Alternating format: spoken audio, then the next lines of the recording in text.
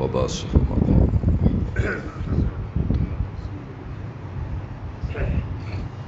وبمحمد. الحمد لله نحمده ونستعينه ونستغفره ونؤمن به ونتوكل عليه ونعوذ بالله من شرور أنفسنا ومن سيئات أعمالنا من يهده الله فلا مضل له ومن يضلله فلا هادي له وأشهد أن لا إله إلا الله وأشهد أن محمدًا عبده ورسوله. اللهم صل على محمد وعلى آل محمد كما صليت على إبراهيم وعلى آل إبراهيم إنك حميد مجيد. اللهم بارك على محمد وعلى آل محمد كما باركت على إبراهيم وعلى آل إبراهيم إنك حميد مجيد. أما بعد فإن خير الحديث كتاب الله وخير الهدي هدي محمد صلى الله تعالى عليه وآله وسلم وشر الأمور محدثاتها وكل محدثة بدعة وكل بدعة ضلالة وكل ضلالة في النار. واذكروا نعمة الله عليكم إذ كنتم أعداء فألف بين قلوبكم فأصبحتم بنعمته إخوانا وكنتم على شفا حفرة من النار فأنقذكم منها كذلك يبين الله لكم آياته لعلكم تشكرون. صدقت يا رب العالمين. یاد کرو اس وقت کو جب تم ایک دوسرے کے دشمن تھے تو اللہ نے تمہارے دلوں میں اپنے حبیب کو بھیج کر الفت ڈال دی اور تم اللہ کے فضل سے ایک دوسرے کے بھائی بھائی بن گئے. تم آگ کے گڑھے کے کنارے پر تھے، اس خدا نے تمہیں اس سے بچا لیا. اللہ اپنی آیات کو اسی طرح بیان کرتا ہے تاکہ تم خدا کے شکر گزار بندے بنو. اللہ رب العزت کی تعریف، توصیف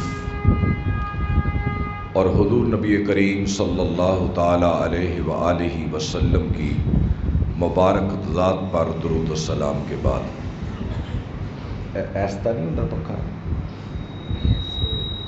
سلو سب تو سن بند کر دے.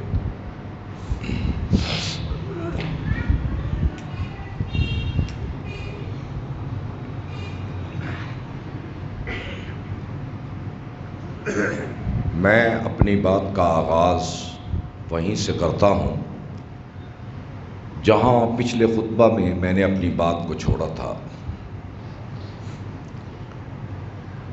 کہ اللہ رب العزت نے اپنے حبیب صلی اللہ علیہ وسلم کو ایسی کمال لازوال اور بے مثال حیات طیبہ عطا کر کے بنی نوع انسان کی طرف بھیجا اور یہ اپنی کتاب حمید میں کہا کہ میرے پیغمبر کی زندگی تمہارے لیے بہترین نمونہ ہے اور ان راہوں کو اختیار کر لو جو راہیں میرے حبیب نے بنائی ہیں تو دو جہان کی سعادت تمہیں ملے گی. اور اللہ چاہتا ہے کہ انسانیت میرے حبیب کی اوصاف سے متصف ہونے کی کوشش کرے. تو اللہ کے نبی صلی اللہ علیہ وسلم کا مزاج گرامی تھا کہ کہ آپ 3 چیزوں سے اپنے نفس کو بچا کے رکھتے ہیں، اور یہ بالخصوص بات کر رہا ہوں، 3 چیزوں سے آپ اپنی ذات کو بچا کر رکھتے، اور وہ پہلی چیز تھی ریا، دکھلاوا، بناوٹ۔ آپ کے کسی کام میں کوئی ریا نہیں ہوتی تھی، آپ کوئی خیر کا کام کسی کو دکھانے کے لیے نہیں کرتے تھے، بناوٹ کی بنیاد پر نہیں کرتے تھے، مصنوعی نہیں ہوتی تھی۔ آپ کا عمل خالصتاً اللہ کے لیے، خدا کی رضا کے لیے اور نوع انسانی کی فلاح کے لیے ہوتا تھا۔ اور اخلاص کا متضاد ریا آتا ہے۔ ریاکاری ایک ایسی کبھی عادت ہے جس سے انسان کی شخصیت مجروح ہوتی ہے۔ کوئی کام بھی جب آدمی دکھلاوے کے لیے کرتا ہے تو وہ اس کا کام طاقتور اور مضبوط نہیں ہوتا، کیونکہ اس کی بنیادیں کھوکھلی ہوتی ہیں، اس لیے وہ بے طاقت ہو کے رہ جاتا ہے، اور انسان کے مزاج میں یہ بہت بڑی اخلاقی خرابی ہے۔ اور اس سے آپ اندازہ کریں کہ جو آدمی کوئی بھی کام ریا کے لیے کرتا ہے تو وہ تو اسی وقت ضائع ہو جاتا ہے۔ تو آدمی کی کوشش بھی گئی، اس کی محنت بھی گئی، اس کا مال بھی گیا۔ اور دوسری بات، آپ اپنے آپ کو کسی کام کی کثرت سے بچا کے رکھتے ہیں۔ آپ نے فرمایا بہترین کام وہ ہے جسے اعتدال کی بنیاد پہ کیا جائے اور ہمیشہ کیا جائے۔ بعض جذباتی لوگ ہوتے ہیں، اگر نماز شروع کی تو 6 پڑھتے رہے، اور چھوڑی تو 5 کی 5 چھوڑ دی، روزے رکھنے پہ آئے تو سوموار جمعرات کا بھی رکھا، نہ رکھنے پہ آئے تو رمضان کے بھی چھوڑ دیے، آیا تو خیرات پہ بھی بڑی تیزی سے، چھوڑنے پہ آیا تو زکوٰۃ بھی چھوڑ دی۔ حضور کے عمل میں اعتدال ہوتا تھا اور اس پہ دوام ہوتا تھا، اور اس لیے آپ نے ایک صحابی سے کہا کہ بھئی یہ تمہیں کیا ہوا کہ اللہ کے ایک بندے نے رات کو تہجد پڑھنا شروع کی اور پھر چھوڑ دی؟ یعنی وہ بھی اس بات پر دلیل ہے یہ بات کہ کام چاہے تھوڑا کرو، ہمیشہ کرو، وقت کی پابندی کے ساتھ کرو، اور یہ آپ کا مزاج تھا۔ اور دنیا میں ہمیشہ بڑے لوگ وقت کی پابندی کے ساتھ اپنے کام کو غیر جذباتی ہو کر ہمیشہ کے لیے کرتے ہیں، اور وہی لوگ ہمیشہ اپنی منزل مراد پر پہنچتے ہیں۔ اور تیسری، آپ جو چیز کرتے وہ کوئی لا یعنی بات نہیں کرتے تھے، اس لیے کم بولنا، کم کھانا اور کم سونا یہ آدمی کی ذہانت کا نتیجہ اور اس کی سنجیدگی اور فطانت کی دلیل ہوتی ہے۔ جو آدمی بے موقع بولتا ہے اور زیادہ بولتا ہے اور لا یعنی گفتگو کرتا رہتا ہے، وہ معاشرے میں ہمیشہ بے وقار ہو جاتا ہے، اس کی کوئی حیثیت نہیں رہتی۔ اسی لیے آپ نے فرمایا مشورہ اس کو دیا جائے جو مانگے،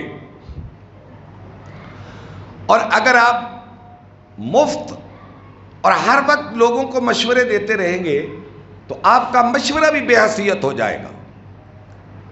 اور میں نے ایک جگہ پہ پڑھا تھا کہ اللہ تعالیٰ نے انسان کو 2 کان اور 1 زبان دی، ایک کان سے بھی کام چل سکتا تھا، لیکن اس کی وجہ یہ تھی کہ انسان کے ذمے سننا زیادہ ہے اور بولنا کم ہے۔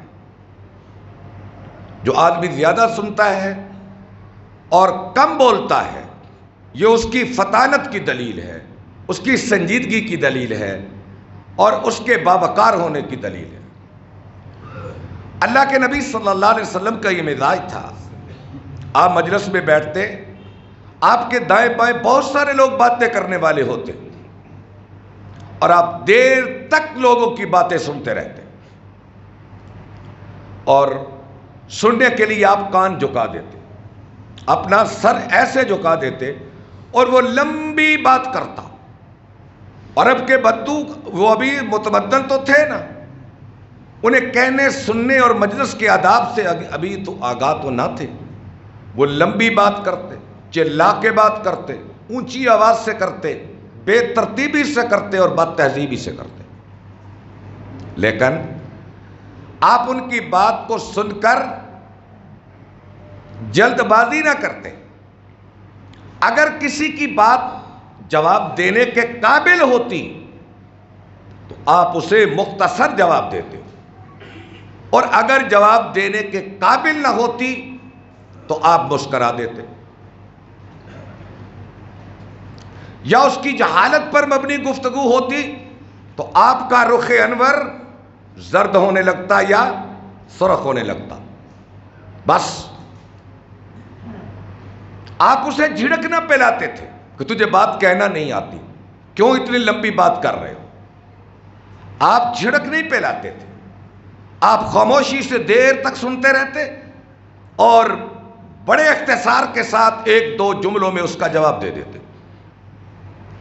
اور آج بھی آپ دیکھ لیں، باتونی آدمی کی مجلس میں لوگ بیٹھنا پسند نہیں کرتے۔ آپ باتونی نہیں تھے، آپ جوامع القلم تھی آپ کے پاس، جملہ مختصر ہوتا اور وہ جملہ اپنے اندر بڑی وسعتیں رکھتا تھا۔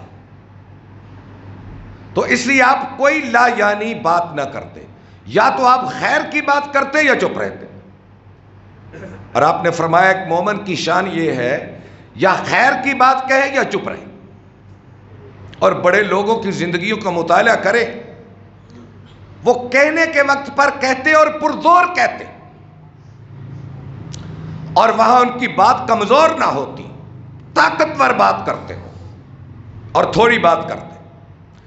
یہ حضور لوگوں کو ان تین چیزوں سے بچا کے رکھتے، اور تین چیزیں آپ کے اندر جو تھی وہ جس سے آپ لوگوں کو بچا کے رکھتے، ان تین چیزوں سے اپنی ذات کو بچاتے، زیادہ بولنے سے، لایانی بات کرنے سے، اور کسی کام کو کثرت سے کرنے سے۔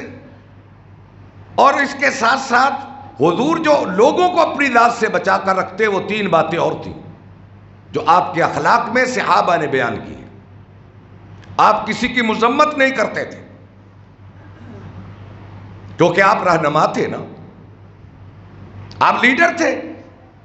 مثال کے طور پہ یہاں 100-200 آدمی میرے سامنے بیٹھا ہے، ایک آدمی مجھ سے سوال کرتا ہے بڑی ڈٹائی کے ساتھ، سخت الفاظ میں، سخت جملوں میں بات کرتا ہے، یا اس میں میری ذات بھی شامل ہوتی ہے، تو میں اس کی بات کو بیچ میں ٹوک کر اسے کہہ دوں تو غلط کہتا ہے، بیٹھ جاؤ۔ حضور ایسے کسی کی مذمت نہیں کرتے تھے، جو چاہے وہ کر لے، وہ جتنا چاہے حضور کو جذباتی کرنا چاہے، آپ جذباتی نہیں ہوتے تھے۔ اور کسی کو ہرانے کا یہ بھی ایک طریقہ ہوتا ہے کہ بھری مجلس میں آپ اس کو جذباتی کر دیں تاکہ وہ اپنی منزل سے رخ موڑ لے، اپنی اصل بات کو کہنے نہ پا سکے۔ یہ بھی ایک طریقہ ہوتا ہے، آپ کبھی جذباتی ہو کر اس کی مذمت نہ کرتے۔ آپ نے یہ واقعہ اس سے پہلے کئی بار سنا ہے عبداللہ بن ابی کے متعلق، کہ باہر جو شرارتیں کرتا تھا، قرآن وہ بن کے حضور پہ اترتا، اور حضور کو پوری خبر تھی اس کی سازشوں کی، اس کی شرارتوں کی، آپ کو پوری خبر تھی۔ آپ کے پاس نور نبوت کا علم تھا۔ ایک تو مومن کی فراست سے بچو، وہ اللہ کے نور سے دیکھتا ہے، اور ایک طرف آپ کے پاس نور نبوت تھا، اور نور نبوت کی نگاہ ان پردوں کو چیر کے دیکھ سکتی ہے۔ نور نبوت ان پردوں کو چیر کے دیکھ سکتی ہے جہاں سے ایک آدمی دیکھ نہیں سکتا۔ تو ایک دن حضور جمعہ پڑھا رہے تھے، یہاں بیٹھا ہوا کہ اٹھ کے کھڑا ہو گیا جمعے کے دوران، آپ کی تقریر کے دوران کھڑا ہو گیا، اور یہ چونکہ قبیلہ خزرج کا سردار بھی تھا، قبیلہ خزرج مدینے کا طاقتور قبیلہ تھا، اس کا سردار تھا، اس کے پاس بڑی جمعیت تھی، جتھا تھا اس کا، طاقتور جتھا. کھڑے ہو کے کہنے لگا بھائی سب اس محمد کو نبی مانو، اس کی اطاعت کرو، اس کا ساتھ دو، اس کی حمایت کرو. اب دیکھیں اس کے یہ جملے کیسے بناوٹی، مصنوعی اور غلط تھے، اور حضور بھی جانتے تھے، صحابہ بھی جانتے تھے. وہ باتیں کرتا رہا، آپ نے خاموشی سے سنی. آپ نے اسے نہیں کہا بیٹھ جاؤ بکواس کرتے ہو، تیری 6-7 سالہ زندگی مدینے کی، اس کے ایک ایک لمحے سے واقف ہوں کہ تو نے بدر میں ہمارے ساتھ کیا کیا، تو نے احد میں ہمارے ساتھ کیا کیا، تو نے خندق میں ہمارے ساتھ کیا کیا، تم نے یہود سے مل کر ہمارے ساتھ کون سی ایسی جو سازش نہیں کی. تیری ساری خباثتوں اور خرابیوں سے میں واقف ہوں، بیٹھ جاؤ. آپ سنتے رہے سنتے رہے سنتے رہے، اور ساری بات کی خبر تھی. اور بادشاہت وہ کرتا ہے جو سب کچھ جاننے کے باوجود نہ جانے. یہ شیخ سعدی کہتے ہیں لیڈر وہ ہوتا ہے، رہنما وہ ہوتا ہے، اور حاکمیت وہ کر سکتا ہے جو سب کچھ جاننے کے باوجود کچھ نہ جانے. اور اس کو کہتے ہیں برداشت، حلم، بردباری. اور جذباتی بھی بڑا رہنما ہو سکتا ہے، وہ کبھی نہیں، وہ ناکام ہوتا ہے. اور حضور صلی اللہ علیہ وسلم 9 ہجری تک، پہلے ہجرت کے سال سے لے کر 9 ہجری، جنگ تبوک 9 ہجری میں ہوئی ہے، لمبا سفر آپ کا تبوک کی طرف. اور اس جنگ پہ جب آپ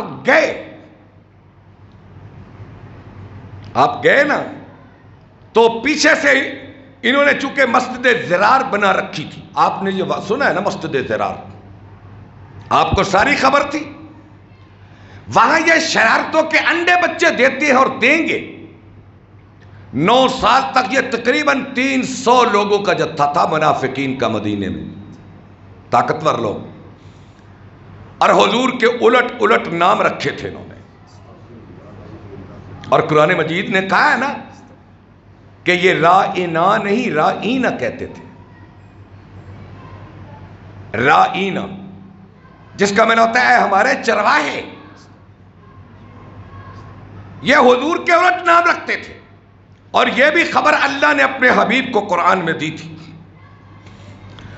آج دیکھیں اس معاشرے میں، ویسے تو اسلام نے سختی سے منع کیا ہے کہ لوگوں کو ان کے الٹ ناموں سے نہ پکارو، لیکن ایک بڑے آدمی کو کوئی الٹ نام سے پکارے، اس کے سامنے اس کی مجلس میں دیکھو حشر کیا ہوتا ہے. یہ تکلیفیں آپ 9 سال تک برداشت کرتے رہے. ہر روز نئی خباثت، ہر روز نئی شرارت. ایک بار بھی آپ نے نہیں فرمایا عبداللہ کو قتل کر دو، ورنہ آپ کا ایک اشارہ ابرو اس کی گردن کو کاٹ سکتا تھا. اور یہ سورہ نور واقعہ افق آپ سنتے ہیں، حضرت عائشہ پہ تہمت کا جو طوفان اٹھا اس میں عبداللہ بن ابی تھا. اور عبداللہ کا بیٹا ابی کا، اس کا نام بھی عبداللہ تھا، عبداللہ بن ابی بن سلول، یہ اس کا نام ہے. یہ جو منافق تھا نا، اس کا ایک بیٹا بڑا پکا مسلمان تھا. اسے جنگ مریسی بھی کہتے ہیں اور جنگ بنی مستلق بھی کہتے ہیں. واپس آئے تو حضور کو بڑی تکلیف ہوئی، اور عبداللہ بن ابی کا حضور کی تکلیف کا مشاہدہ ساتھ ساتھ کر رہا تھا. آپ کے رخ انور کو دیکھتا کہ آپ کا چہرہ کبھی زرد ہوتا، کبھی سرخ ہوتا، اور آپ فرماتے کیسے لوگ ہیں جنہوں نے بغیر کسی شہادت کے تہمت کا طوفان کھڑا کر دیا. اور آپ کی حرمت کا مسئلہ تھا. تو عبداللہ بن ابی کا بیٹا باب مدینہ پہ کھڑا ہو گیا. باب مدینہ کا مطلب جہاں سے لوگ مدینہ میں داخل ہوتے ہیں، اور اسے دوسرے لفظوں میں ثنیۃ الوداع بھی کہا جاتا ہے. طلع البدر علینا من ثنیات الوداع، یہ درے کو کہتے ہیں ثنیۃ الوداع۔ آپ جب جائیں مدینہ شریف میں تو قباء کے مقام سے آپ کی بس گزرتی ہے دو پہاڑوں کے اندر سے، قباء کو داخل ہوتی ہے، اور اس کو ثنیۃ الوداع کہتے ہیں، درہ ہے نا دو پہاڑوں کے بھی، اس کو باب مدینہ بھی کہتے تھے۔ تلوار سونت کے کھڑا ہو گیا کہ میں آج اپنے باپ کو قتل کر دوں گا، اس نے اللہ کے نبی کو اذیت دی ہے۔ آپ کو خبر ہوئی، آپ نے فرمایا عبداللہ کو بلاؤ، یعنی عبداللہ بن ابی کے بیٹے کو بلاؤ۔ بلایا گیا، آپ نے فرمایا عبداللہ اس میں کوئی شک نہیں کہ تیرے باپ نے محمد کو بڑی اذیت دی ہے، لیکن میں نہیں چاہتا کہ عرب میں یہ فضا کھڑی قائم ہو جائے کہ کیسا نبی ہے جو اپنا کلمہ پڑھنے والوں کو قتل کرواتا ہے۔ نہیں، نہ کرو، چھوڑو۔ اور 9 ہجری کے بعد جنگ تبوک سے آپ واپس آئے تو اللہ نے حکم دیا۔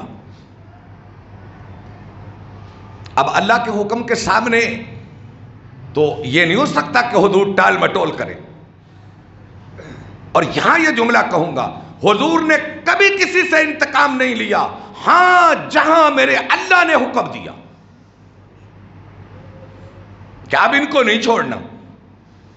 جو جنگی مجرم ہیں، جیسے فتح مکہ میں آپ چند لوگوں کا اعلان کر دیا کہ کعبے کے غلاف کے اندر بھی چھپے ہوں تو قتل کر دیے جائیں، وہ قومی مجرم تھے۔ ورنہ آپ نے تو وحشی بن حرب کو معاف کر دیا جو حضرت حمزہ کا قاتل تھا، اور کیسی بات ہے کہ آپ نے وحشی کی شکل کو قبول نہیں کیا، اس کے ایمان کو قبول کر لیا۔ اور یہ 8 ہجری میں ہوا۔ اس کے بعد حضور 2.25 سال زندہ رہے، اور یہ وحشی بن حرب سیدنا حمزہ کا قاتل یہ مسجد نبوی میں حضور کے ساتھ نماز پڑھتا تھا، مدینے کی گلیوں میں پھرتا تھا۔ آپ کی برداشت کا اندازہ کریں۔ تو خیر 9 ہجری میں جب واپس آئے تبوک سے، آپ نے فرمایا میرے اللہ نے حکم دیا ہے کہ مسجد ضرار کو اب گرا دو، اب اس کو گرا دو، یہ فتنہ اب محو کر دیا جائے۔ ابھی مسجد گرائی 9 ہجری میں، ادھر سے عبداللہ بن ابی مر گیا۔ اچھا آپ یہ اندازہ کریں کہ جہاں بھی آپ کھڑے ہو جائیں، جو شخص 10 سال تک آپ کی توہین کرتا ہے، کوئی موقع نہیں چھوڑتا کہ آپ کے قتل کا ارادہ نہ کرے، کوئی موقع جانے نہ دے۔ جب آپ وہ مرتا ہے تو ہمارا رویہ اس کے بارے میں کیا ہوتا؟ بڑے بھی دانا ہو نا، ہم اپنی دشمنی کو اندر رکھتے ہیں، یہ بڑی دانائی ہوتی ہے آج بھی، اور ہم جیسے کمزور آدمی بولنے لگتے ہیں۔ تو حضور صلی اللہ علیہ وسلم گئے، آپ نے اسے اپنا کرتا پہنایا، اس کے منہ میں لعاب دہن رکھا، اور اس کی نماز جنازہ کے لیے نکلے۔ تو حضرت عمر نے بار بار کہا یا رسول اللہ اس کی نماز جنازہ نہ پڑھو۔ آپ بڑھتے گئے، آگے بڑھتے گئے، یہاں تک کہ قرآن نے حضور کو روکا کہ اے میرے حبیب اس کے لیے 70 بار بھی تم اللہ سے معافی مانگو تو اس کو نہ معاف کرنے کا فیصلہ تیرے خدا نے کر لیا، کیونکہ یہ گستاخ محمد تھا، کیونکہ یہ نبی کا گستاخ تھا، اور نبی کے گستاخ کو اللہ نے نہ معاف کرنے کا فیصلہ کیا ہے، وہ عہد نبوت کا گستاخ ہو یا آج کا گستاخ ہو۔ وہ حضور کی گستاخی آج کرے یا اس نے 1400 سال پہلے کی ہو، میرے اللہ کا اٹل فیصلہ ہے کہ محمد کریم کی روح کو ستانے والے شخص کو اللہ کبھی معاف نہیں کرے گا۔ تمہیں یاد ہو کہ نہ یاد، مجھے یاد ہے سب ذرا ذرا۔ میں نے محرم میں یہ بات کہی تھی، شاید کسی کی طبیعت پہ گراں گزری ہو کہ اگر کوئی شخص آج یزید کی حمایت کرتا ہے، یزید کی حمایت جو قاتل حسین ہے وہ شخص گویا روح محمد کو تکلیف دیتا ہے، وہ روح محمد کو اذیت دیتا ہے، اور روح محمد کو اذیت دینے والا کبھی خدا کی جنت میں پہنچ نہیں سکتا۔ یہ میں نے جملہ کہا تھا، پھر دوہرائے دیتا ہوں۔ آج بھی جو نبی کی بیویوں کے بارے میں، نبی کے اصحاب کے بارے میں، نبی کی آل کے بارے میں جو بھی کوئی غلط بکتا ہے وہ روح محمد کو دکھ دیتا ہے۔ یہ بلا تمید میری بات ہے سب کے لیے، وہ خارجی ہو، وہ رافضی ہو، وہ ناصبی ہو، وہ کوئی بھی ہو۔ من آذاہم فقد آذانی، جس نے میرے اصحاب کو تکلیف دی اس نے مجھے تکلیف دی۔ من آذاہم، جس نے میری آل کو تکلیف دی اس نے مجھے تکلیف دی۔ جس نے میری ازواج کو تکلیف دی اس نے محمد کو اذیت دی ہے۔ اب دیکھ لو اس دائرے میں جو بھی آتا ہے وہ گیا۔ 70 بار بھی میں نے اسے نامعاف، خیر بات تو کدھر کی کدھر نکل گئی۔ ہم واپس آتے ہیں، ہم واپس آتے ہیں۔ آپ کبھی کسی کی مذمت نہیں کرتے تھے،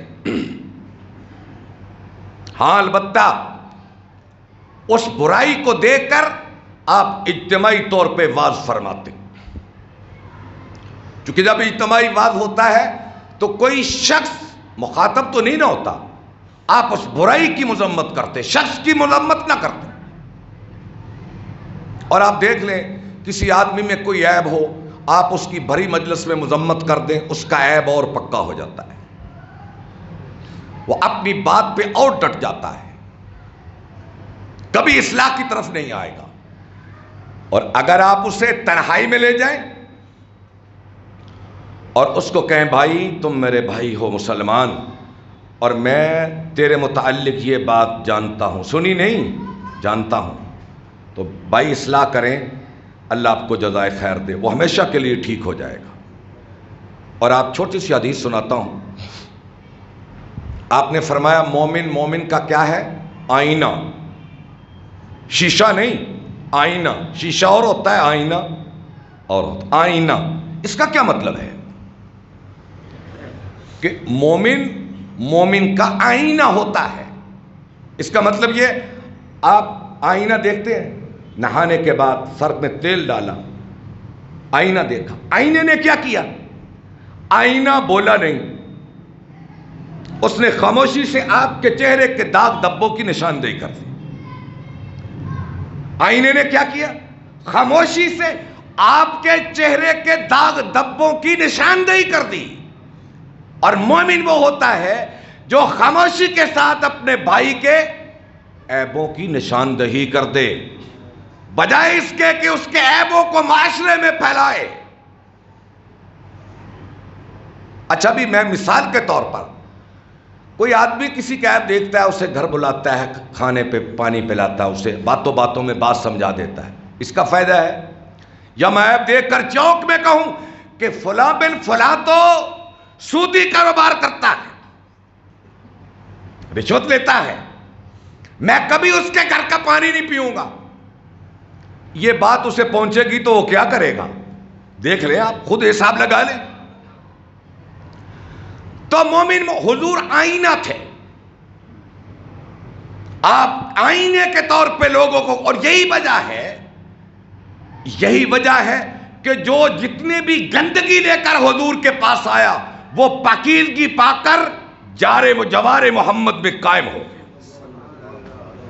آپ نہیں دیکھ سکتے یمن سے جو لوگ آئے واپس نہیں گئے، حبش سے جو لوگ آئے واپس نہیں گئے، مقبوضات شام سے جو لوگ آئے پھر واپس نہیں گئے۔ اور یہی وجہ ہے کہ وہ مدینہ جو 6-7 ہزار کی آبادی تھی، دنوں کے اندر وہ 40 اور 50 ہزار کی آبادی ہو گئی، یا انہیں سخ ملتا تھا۔ خیر، وقت مختصر ہے اور مذمت نہیں کرتے تھے۔ دوسری بات، آپ آر نہیں دلاتے تھے، اور یہ سنا لفظ آپ نے، آر نہیں دلاتے تھے۔ یہ ہمارے معاشرے میں ایک بہت بڑی خرابی ہے۔ قومیت کی بنیاد پر. یہ خاص کر ذمہ دار اور غیر ذمہ دار، ذمہ دار اور کمین کی جو تقسیم بر صغیر میں ہے نا، بڑی قوم چھوٹی قوم، بڑی ذات چھوٹی ذات. ہندوازم نے جو معاشرے کو ذاتوں میں بانٹ دیا ہے. آپ دیکھیں ایک ذمہ دار جب غیر ذمہ دار کو اس کی چھوٹی قوم کے حوالے سے الٹ نام لے کر آواز دیتا ہے، اس بیچارے کے پلے کچھ رہ جاتا ہے. اور ہم اسے آر کے طور پہ بلاتے ہیں. آر، تم فلاں ہو، تم فلاں ہو، تم فلاں ہو، تمہاری یہ قوم ہے، تمہاری یہ برادری ہے، تمہاری یہ حیثیت ہے. آج جو نوکر اور آقا کی، ملازم اور آقا کی جو تفریق ہے پورے ہندو معاشرے میں، بر صغیر میں، ہم کس طرح، اچھا بھی ایک آدمی ہے، اس کے والدین کا کوئی گناہ ہے تو اس بچے کے ذمے تو نہیں لگایا جا سکتا. آپ دیکھیں کیسے معاشرے میں ان کے ذمے لگتا ہے کہ اس کا باپ ایسا تھا، اس کی ماں ایسی تھی، اس کا دادا ایسا تھا. آپ نے کبھی کسی صحابی سے یہ نہیں کہا. صحابہ کون تھے؟ او بھائی یہ وہی لوگ تھے نا جو کل کلاں بتوں کے عبادت گزار تھے. یہ وہی ان میں کثرت تھی جو غیر اللہ کے نام کا ذبیحہ کرتے تھے. یہ وہی لوگ تھے جو قتل و غارت تھے، قتل و غارت میں چالاک ایسے، درندے ہو جنگل میں بے باک جیسے. کبھی پانی پینے پلانے پہ جھگڑا، کبھی گھوڑا آگے بڑھانے پہ جھگڑا، لبیجو کہیں آنے جانے پہ جھگڑا. یوں ہی ہوتی رہتی تھی تکرار ان میں، یوں ہی چلتی رہتی تھی تلوار ان میں. میں آگے نہیں چلتا. سب اخلاقی بیماریاں قبل اسلام ان میں تھیں، الا ماشاء اللہ، الا ماشاء اللہ. یہ مکے کے کافر مسلمان نہیں فتح مکہ پہ ہوئے. ان کے ذمے کون سا گناہ ایسا تھا جو نہیں تھا؟ لیکن آپ نے کبھی کسی سے یہ نہیں کہا ابو سفیان تم ایسے تھے، صفوان تم ایسے تھے، امیہ تم ایسے تھے، تم فلاں تھے، تم فلاں تھے. کبھی کسی کو آر نہیں دلائی، بلکہ ہر آنے والے کو آپ یا اخیہ، اے میرے بھائی کہہ کے پکارتے. اچھا اب ہمارے معاشرے میں بھی بس یہی بات رہ گئی ہے کہ حضور صلی اللہ علیہ وسلم کی ذات سے محبت کہ جو ہم دم بھرتے ہیں. کبھی آپ کی سیرت کے کبھی اس پہلو پہ بھی غور کیا ہے کہ حضور کا جو مزاج اور عادات اور اخلاق تھے، ان میں ایک کو اپنا لوں، صرف ایک کو، تاکہ روح محمد خوش ہو جائے. آپ کسی کی مذمت نہیں کرتے تھے، کسی کی کو آر نہیں دلاتے تھے، اور کسی کی عیب جوئی نہیں کرتے تھے. عیب جوئی کیا ہوتی ہے؟ میرا ایک دوست ہے، مثال کے طور پہ ہم دونوں ہم سفر ہیں، راستے پہ جا رہے ہیں، میں بات بات پہ اس کا عیب تلاش کروں، میں اس کی کمزوریوں پہ نظر رکھوں، ہاں وقت آنے پہ چوٹ لگاؤں گا.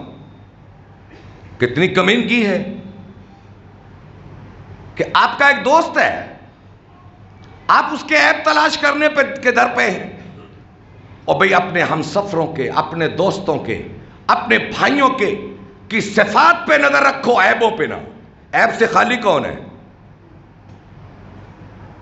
ذات پیغمبر کے بعد عیب، نقص، کمزوری سے خالی کون ہے؟ غلطی سے، لغزش سے، خطا سے.